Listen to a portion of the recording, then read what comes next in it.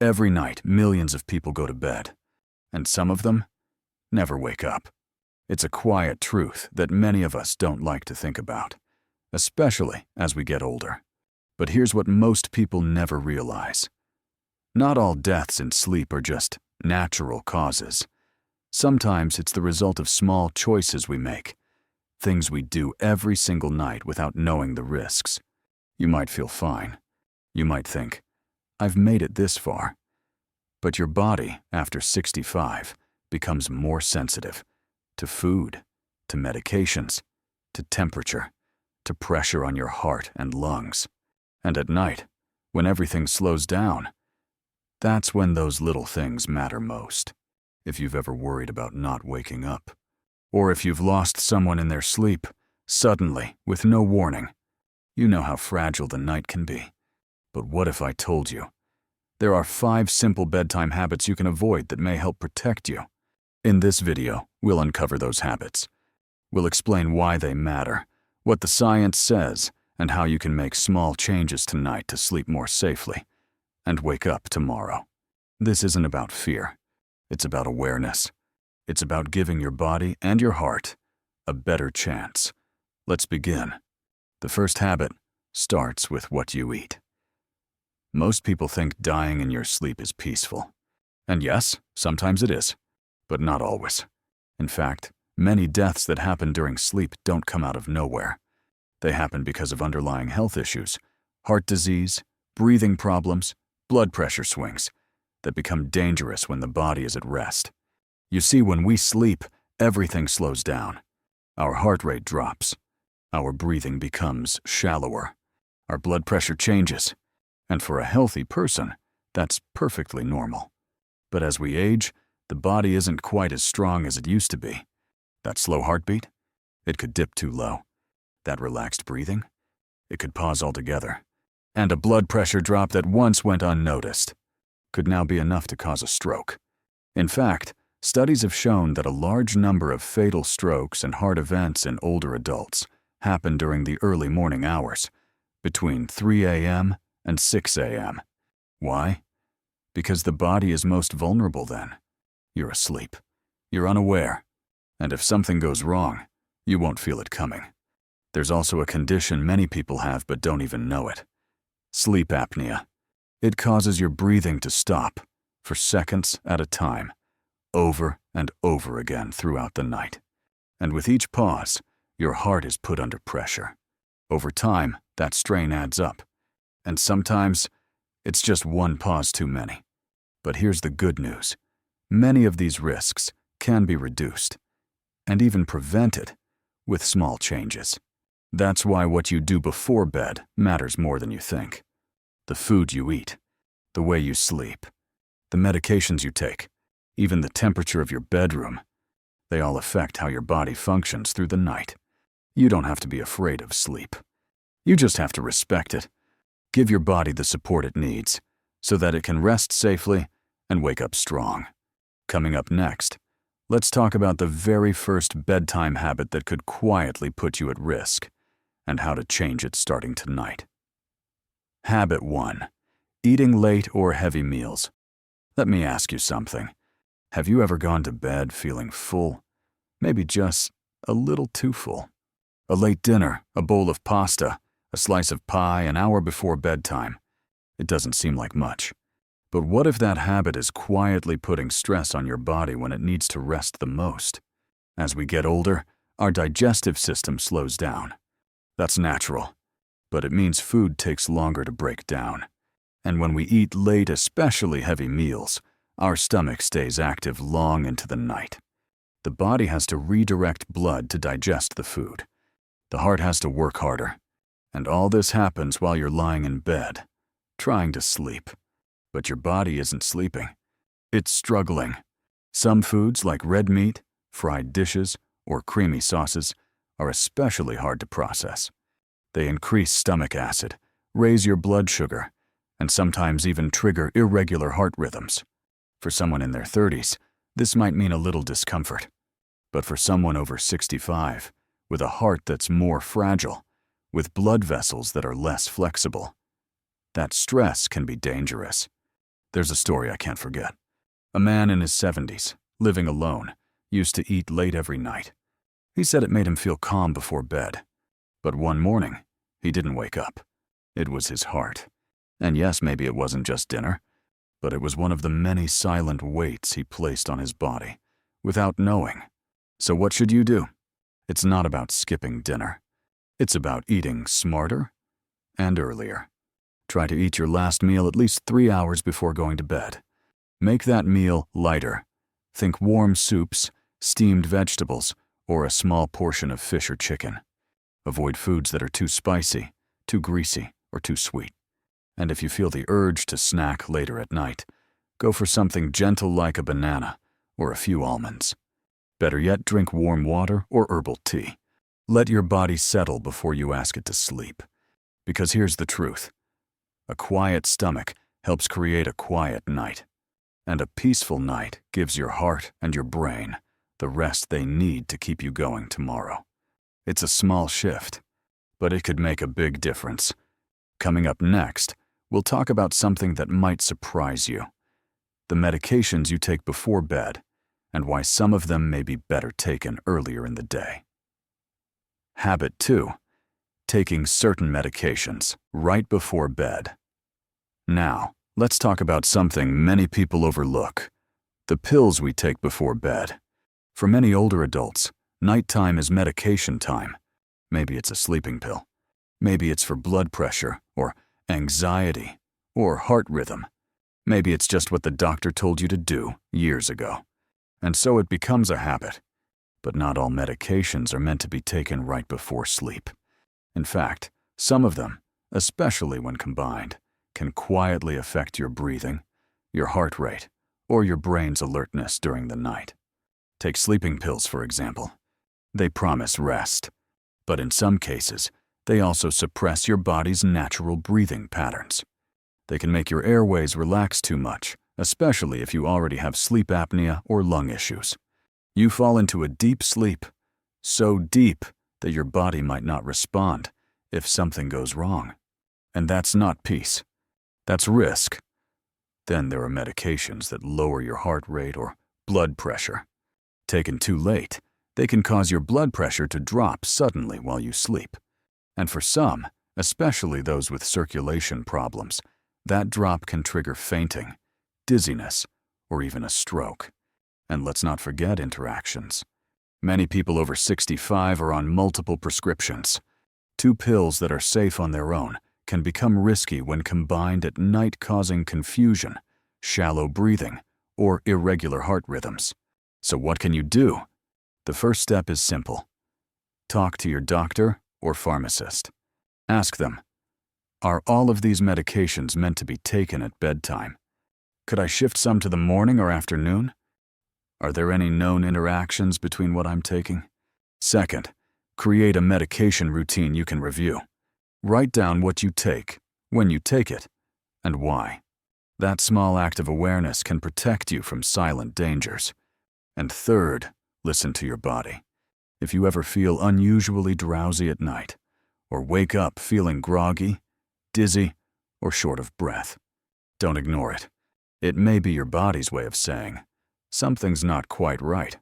Remember, medication should help you sleep, not put you at risk while you sleep. It's not about stopping the medicine. It's about understanding it and respecting how your body responds to it now at this stage of life. Coming up next, we'll talk about the way you sleep. Not how long, but how you position your body. Because the position you sleep in could quietly affect how well you breathe and whether you wake up at all. Habit 3. Sleeping flat on your back. Let's talk about how you sleep, not how long, but how you position your body at night. You see, most people don't think much about their sleeping posture. Some lie on their side, others on their stomach. But many, especially as we age, find themselves sleeping flat on their backs. It feels natural, comfortable, easy on the joints. But here's what most people don't realize.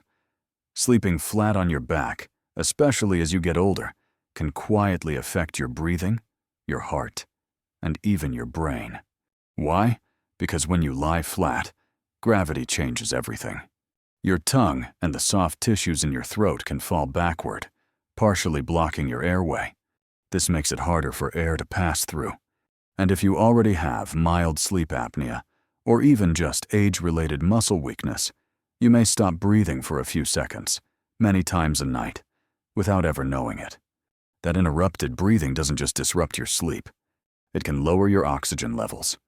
And low oxygen puts strain on your heart, raises your blood pressure, and increases your risk of stroke or sudden cardiac arrest during the night.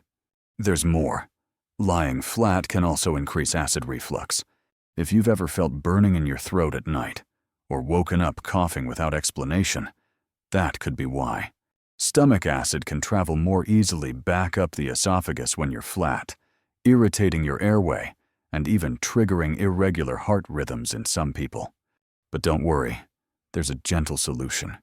Sleep slightly elevated. Raise the head of your bed by just 4 to 6 inches, or use a wedge pillow to lift your upper body. Even better, sleep on your left side. That position helps keep your airway open. It also improves circulation, supports digestion, and reduces pressure on your heart. It may take some getting used to, but your body will thank you. Many seniors report sleeping more deeply, waking up less, and even breathing easier, just from changing how they sleep. So tonight, take a moment before you lie down. Notice your position, adjust your pillow, and remind yourself, this simple shift could be one of the quietest, most powerful ways to stay safe in your sleep. Next, we're going to look at something you might not think matters, but it does. The temperature of your bedroom. Too hot or too cold. Either one can put stress on your heart. Habit 4. Sleeping in a room that's too cold or too hot. Let's take a moment to think about the room you sleep in. Not the bed, not the pillows, but the air around you.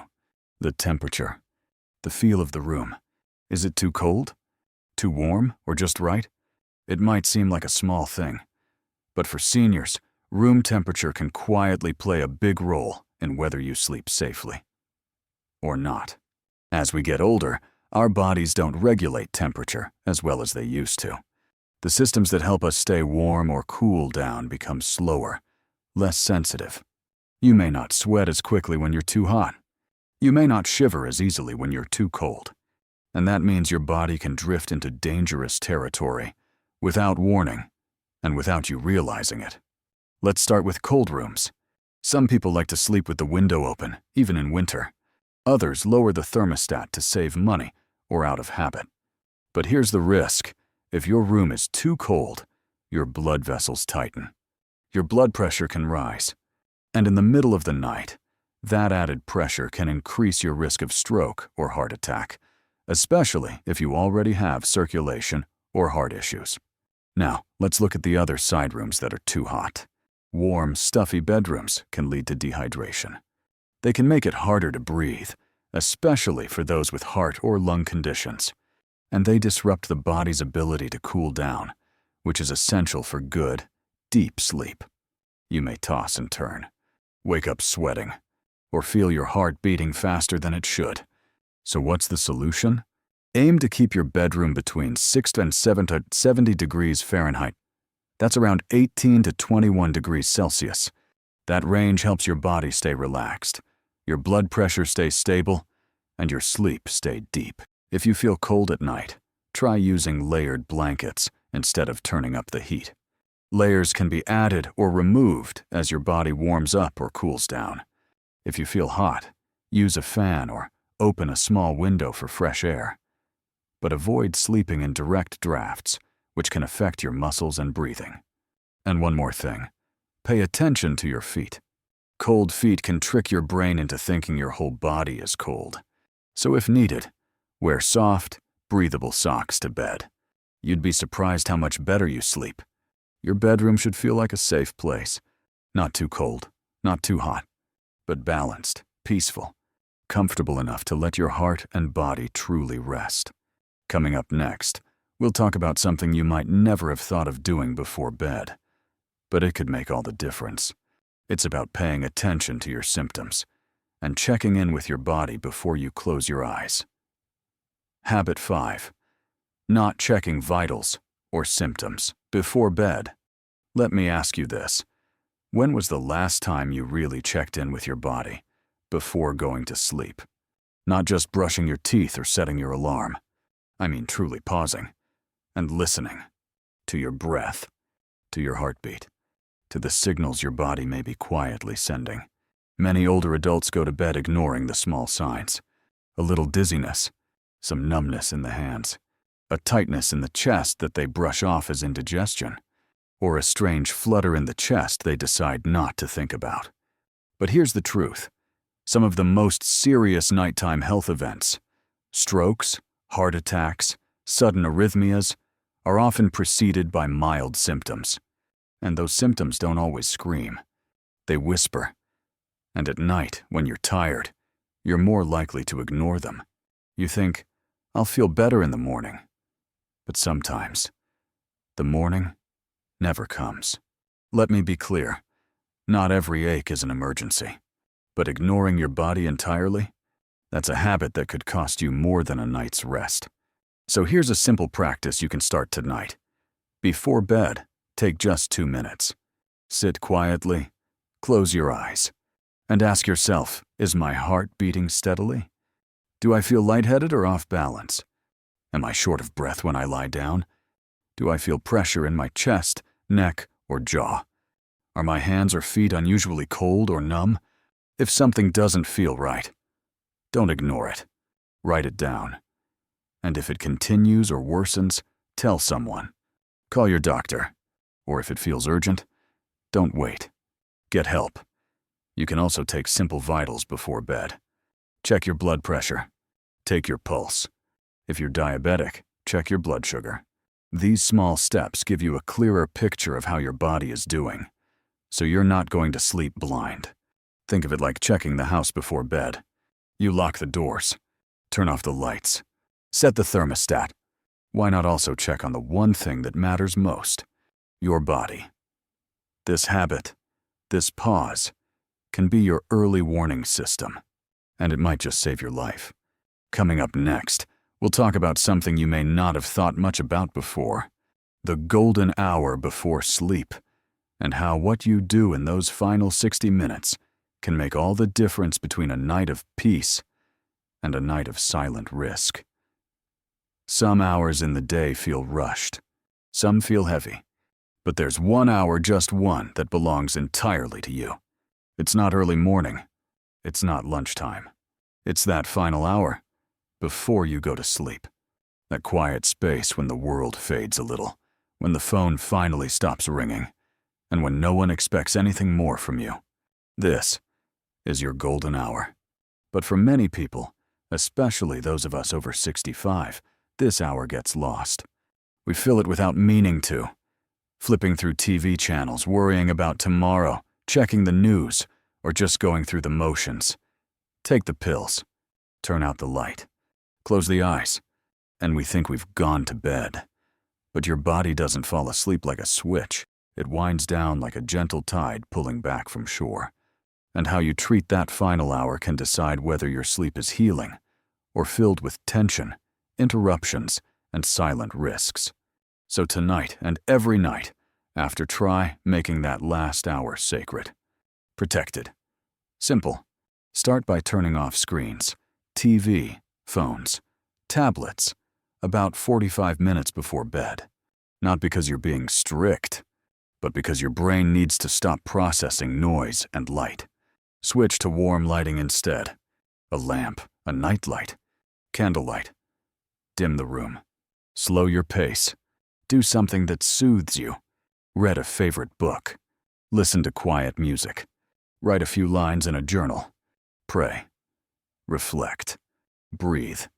Some people find comfort in warm tea. Others soak their feet. Some gently stretch or simply sit in silence for a few minutes. Your golden hour doesn't need rules. It just needs presence. A sense of quiet intention. A signal to your heart and your breath. You're safe. You can rest now. And if something is on your mind, don't carry it into your sleep. Speak it out loud. Write it down. Or place it gently into tomorrow. Sleep is not just the end of the day. It's the beginning of healing. It's the moment your body restores, your cells repair, and your heart finds calm. Let the last hour of your day honor that. Because you deserve to end the day not in chaos, but in peace. And now, as we begin to close this video, let me share one last message with you. A reminder that sleep should never feel like something to fear. It should feel like a return, a quiet homecoming to yourself. Let's finish with that. Sleep was never meant to be something we fear. It was meant to be a place of rest, of healing, of quiet. But as we get older, the night can begin to feel uncertain. We hear stories. We know people who went to bed and didn't wake up. And slowly, silently, we start to wonder, will I be next? If you've ever felt that question settle in your chest before sleep, you're not alone. But here's what I want you to remember. You are not powerless. You are not fragile in the way the world sometimes makes you feel. Yes, your body may need more care now, but that care doesn't have to be complicated. It starts with awareness, gentle choices, a little attention to how you eat, how you breathe, how you rest. Each habit we've explored in this video, from avoiding heavy meals to understanding your medications, from sleeping in the right position to creating a peaceful bedroom, to checking in with your own body. They are all simple, but together they are powerful. Because the goal is not to chase fear away. The goal is to replace fear with knowledge. And knowledge brings peace. So tonight, when you lie down, I hope you remember this. You've lived through so much. You've carried families, worked hard, made sacrifices, faced loss. You are still here, still learning, still worthy of rest that's safe, still and sacred. Let your heart be calm. Let your breath be steady. And let the night hold you gently. Because sleep should never feel like a risk. It should feel like coming home to yourself. Good night. And I hope, truly, you wake up tomorrow feeling just a little more alive than you did today.